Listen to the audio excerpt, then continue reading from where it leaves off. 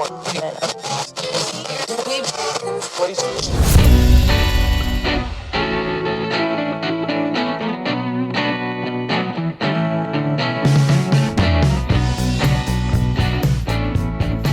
matters. Be heard. Welcome to the podcast where you get exclusive behind-the-scenes tips to make your own show sound truly spectacular. This is Podtastic Audio. Hey, what's happening, everybody? How are you doing today? Thank you so much for listening. I am Chris of the Chris and Christine Show podcast. You can find out all about that and our incredible empire we've built on over there at chrisandchristineshow.com. We've got the Chris and Christine Show, obviously. We got Podtastic Audio, obviously. We also have the brand new radio station, K2 Radio, which you can find on the Live 365 website. You go there, live365.com, and you just, look up K2 Radio. But don't you worry, I'll link to that. It's all into the master website, which is chrisandchristineshow.com. You head on over there, and you got everything you possibly want to know. So here on Podtastic Audio, I created this podcast. The only reason I created this podcast was to help you make decent sounding audio with your podcast, your audio podcast, not a video YouTube show thing. I'm talking about the audio podcast. Let's get it down to basics. What a podcast is. A podcast can be anything that you think it is, but I always think of a podcast as like an audio experience. Going way back to the days of the radio, or even before the radio, when they didn't have television, when everybody just sat around the living room and just listened to the radio shows. A lot of those style of shows, those radio dramas, are starting to come back in the form of a podcast. And, when I was younger, I always had a dream of being in a movie, or being a movie star, or maybe being on television, and then maybe evolving into being radio. Because I did some college radio when I was younger. And now, with the beauty of YouTube, or with podcasting, things like that, anybody can do anything. You want to be a movie star, you can create your own home movies at home. Or if you want to do this whole news anchor style of a show, you totally can do that. A lot of people on Zoom do that, with their recordings, and make it feel like you're watching CNN, but it's a YouTube podcast interview show. You totally can do that. Or if you want to be on the radio, there is platforms like Live 365, which allows you to create your very own radio station. And you can be a radio DJ and do all that fun, fantastic stuff. Put your favorite songs right on there and play it. It's endless what you can really do.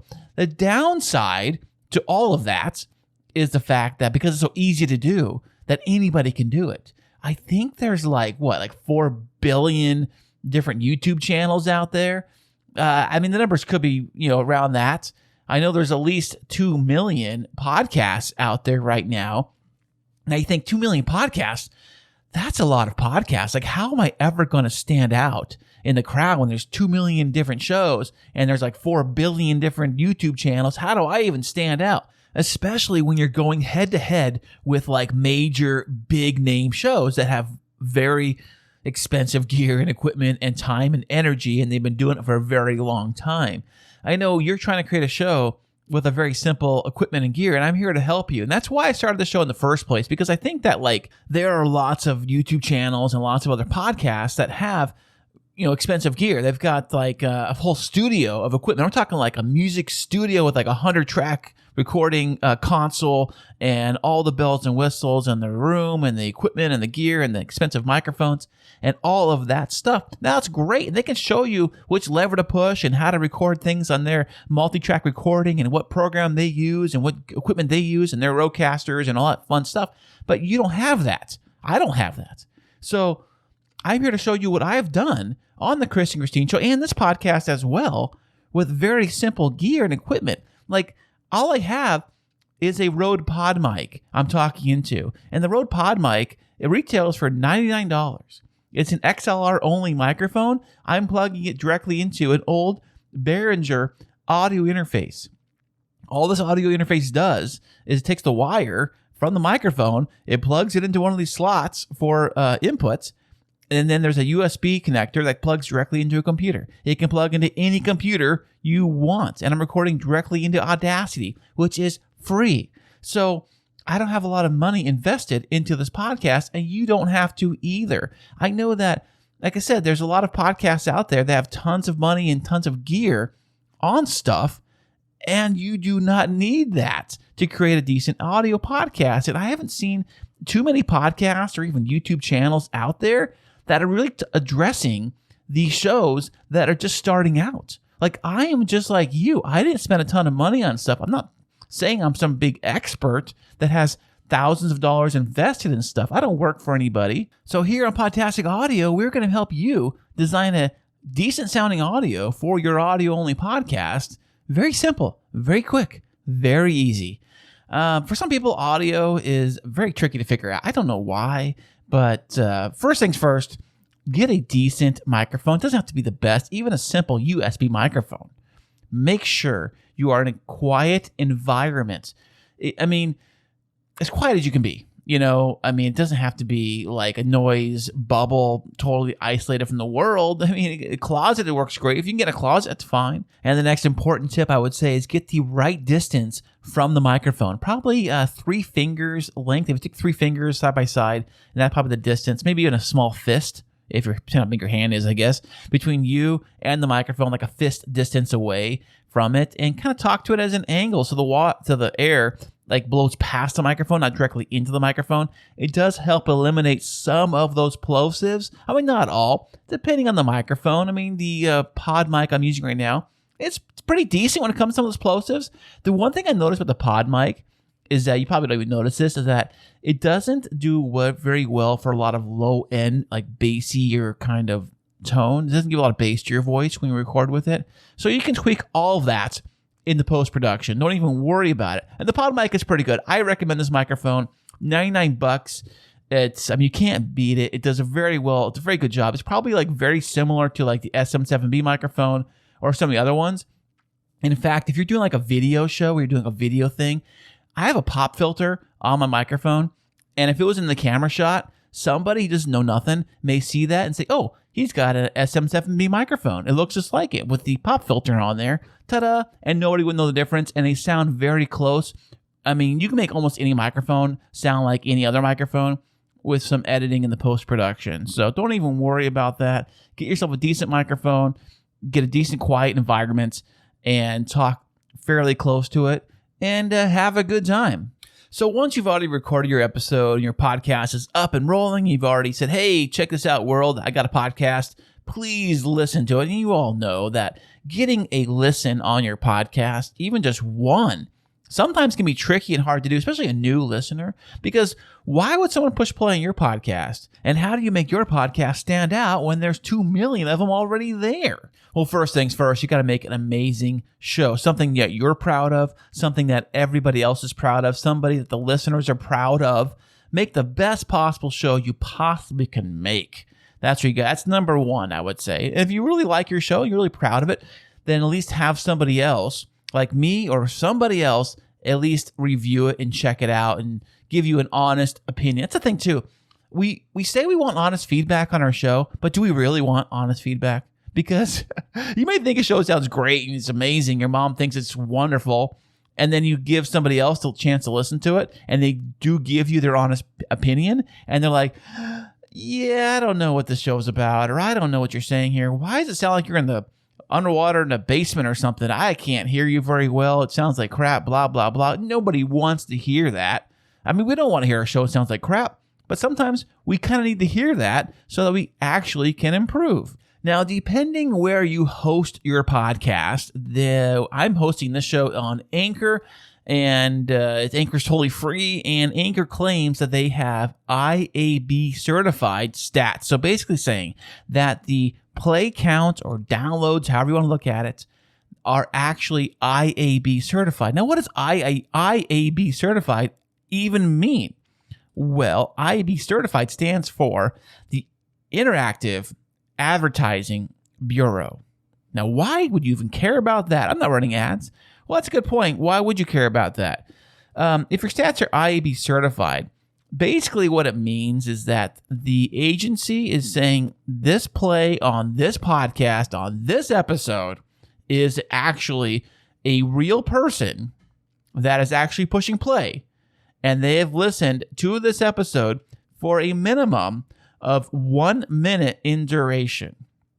And also that they're claiming that this came from one device. So it's 1 minute, one person, one single device is going to count as one play if you do it correctly on IAB certified stats. Now, the reason why they do this, obviously, is for advertising. If you want to run ads, or say you have a ad campaign you're doing right now, and say it's like, usually they run these things per 1,000. They say it costs per million, which is cost per 1,000. So say they're going to pay you $20 per every 1,000 plays on that episode, right? So they're going to know actual hard proof that every single play is truly that play. It's not a fake play or a robot or something else. It really is, that's why they trust IAB certified stats. So another way to think about this is like if you have a job you go to where you actually are getting paid by the hour. Like if you go into work and you have to punch in on a time clock, the old-fashioned time clocks where you push the lever down and clock in your time, or maybe it's probably all digital these days where you digitally type in your code and it tells you, oh, you clocked in at 9 a.m. and you say you left at 5 p.m. or whatever time it is. So at the end of the pay week, what usually happens is you get either a printout or report of your hours for the week. It tells you time you clocked in each day, what time you left each day, and it counts for your breaks.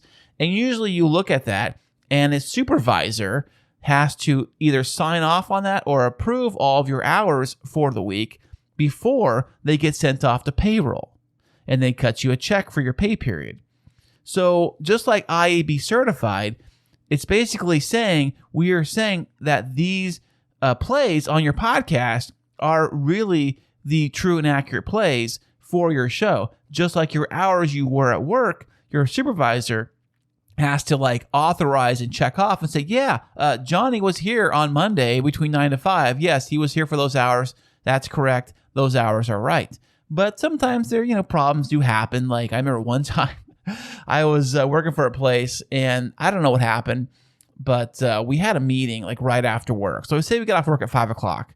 We had this meeting that ran for an hour or so afterwards. And of course we're getting paid because we're all on the clock.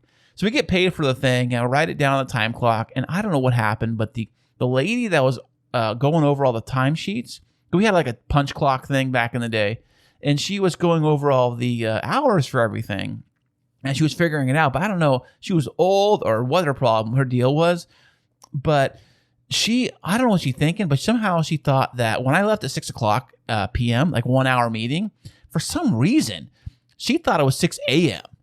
She thought I was there for 24 hours, which we never were open 24 hours, so I couldn't figure that out.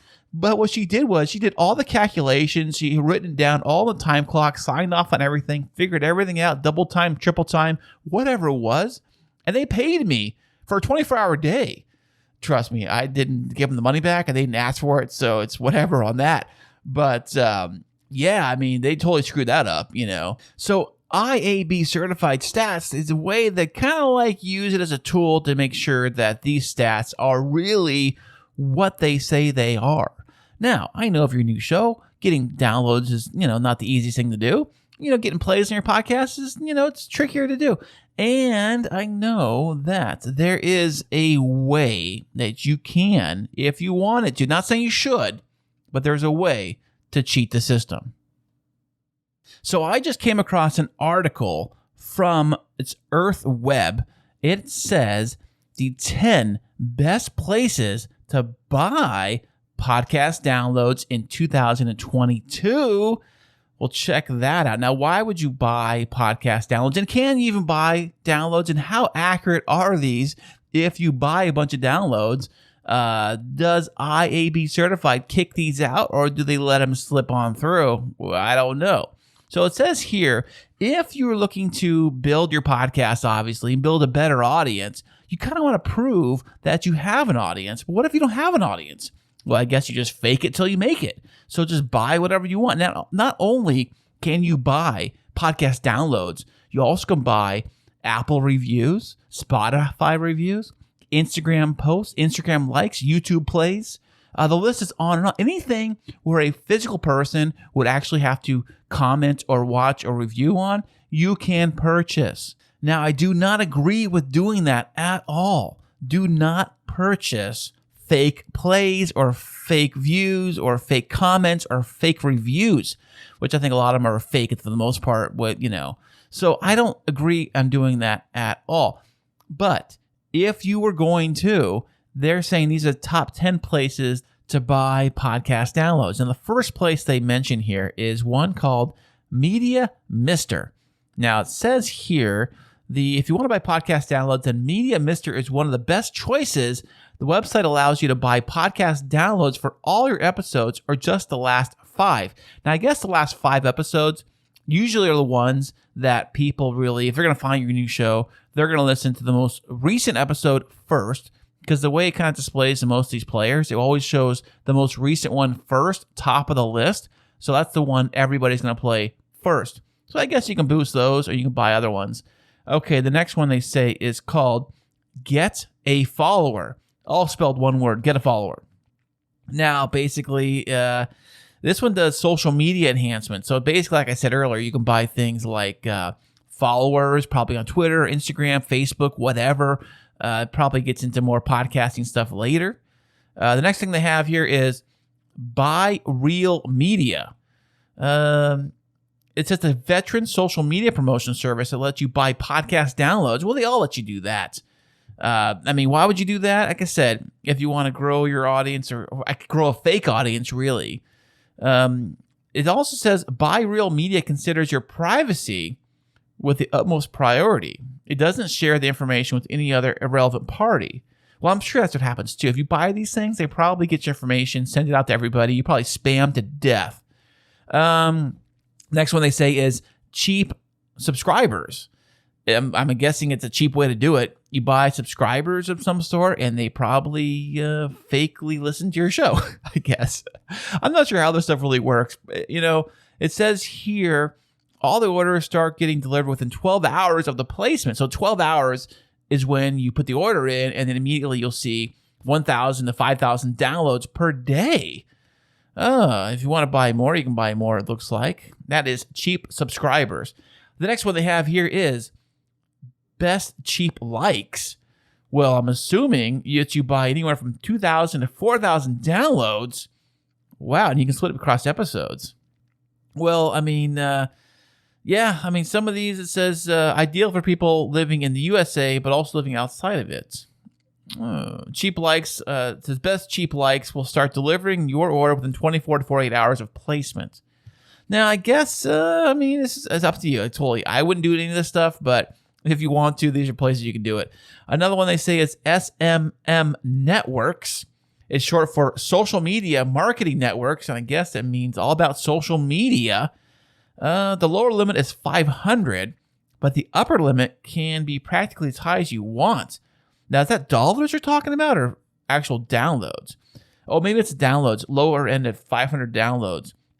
Now you want to increase your downloads by 100. You got to give more money. Like I said, all these things cost money, and I don't know how accurate these things are. I will put a link to all of this. This article will be linked into the show notes, so you can browse it if you want to, and maybe spend your hard-earned money on fake robot plays if you want to.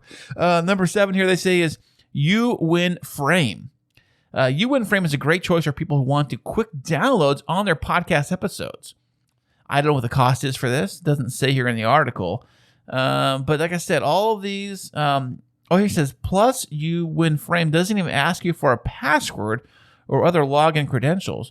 I think some of these will ask you to create an account or to create some kind of thing where they get access to all your stuff. That's another thing too. Do you want to give some random website company access to all of your information so they can do with it whatever they want with it? Next one they have here is Best of Panel. It's another professional social media marketing team. Except there's a bunch. These are all pretty much the same. The lore of the panels. It says, what is the best place to buy podcast downloads? Their choice is the first one. The Media Mister is their number one choice because they've used it, it says, Plus, the download options are diverse enough so you make the right choice. The cheapest place is cheap subscribers. If you want the cheap place to buy downloads. Now, how accurate are these? I don't know. And also, will these bypass IAB certified stats? It might. But if a proper advertising company is looking into your proof of downloads, they may see that, wait a second, a lot of these downloads are coming from one country or one source. Usually it's like South Pacific or Asia or, one country or area that usually does this kind of stuff. It's all coming from there. Then they may be like, hey, yeah, this is not true of these downloads that you say they are. We're going to have to scrap all of these ones and just go off the ones that we're confirming actually happened. So in conclusion here, they even say in this article, it says buying podcast downloads does sure give you a permanent boost for your channel, but with so many shady podcast download buying services online, now that's the key word, there's so many shady corporations advertising they will boost your downloads. It's near impossible to find the right one. And trust me, I think they're all crap if you ask me. I think there's no way to buy fame. I mean, you're really paying for something that doesn't really quite exist. You're trying to show the world, look, my show's popular. I have, 8 million downloads on my podcast, yet you paid for all those downloads. I mean, not really, it's not really that popular. If you want an easy way to, double your downloads, a real simple way to do that is double your releases for your episode. Instead of doing 1 a week, you do 2 a week. And if you only have 1 subscriber, now they're playing twice a week. So now you got 2 episodes being played every week versus just the 1 being played every week. So that's an easy way to do it. I mean, if you want to do a daily show, that's a really quick way to increase your downloads, is to do a daily show. Now, I don't know, daily shows are super hard to do. You really have to be focused, and the editing on the daily shows kind of go out the window because you ain't got time to do that if you're constantly doing a show every single day. Gosh, that's what I heard, is that when you do daily shows, they're almost like radio shows. They have to go live in real time, one take, just run through it and just do it. So like I said, I do not recommend purchasing any kind of social media influencing, any kind of followers, any kind of downloads. Do not purchase this stuff. Do it the right way. Do it the correct way. And build your audience the natural way. And I think people will respect you more if you're not BSing them. You're telling them the truth. Like, I only have a few downloads or a few people follow me or whatever it is. If it's honest and it's true, I think it's credibility, So once again, I want to say thank you so much for swinging by here on Podtastic Audio. If you have a podcast, you want to talk all about your podcast, or you need some help at your podcast, you always can hit me up at podtasticaudio@gmail.com, or you can swing by the website or whatever you want to do. I'm always looking for people to come on the show, talk about your podcast. I haven't had a guest come on in a while. I've mainly been focusing on the radio station, working on that stuff. I've had K2 Radio Sessions, which is basically kind of the same thing I've been doing here. I'll have a guest come on. We'll talk about what they like. Maybe if they have a podcast, a little bit about that. They will bring 3 songs, and those 3 songs we will play live in real time, of course, and you'll be able to hear it on the radio station. We'll talk about their music and what kind of music they like. I've been doing that for the last couple months now.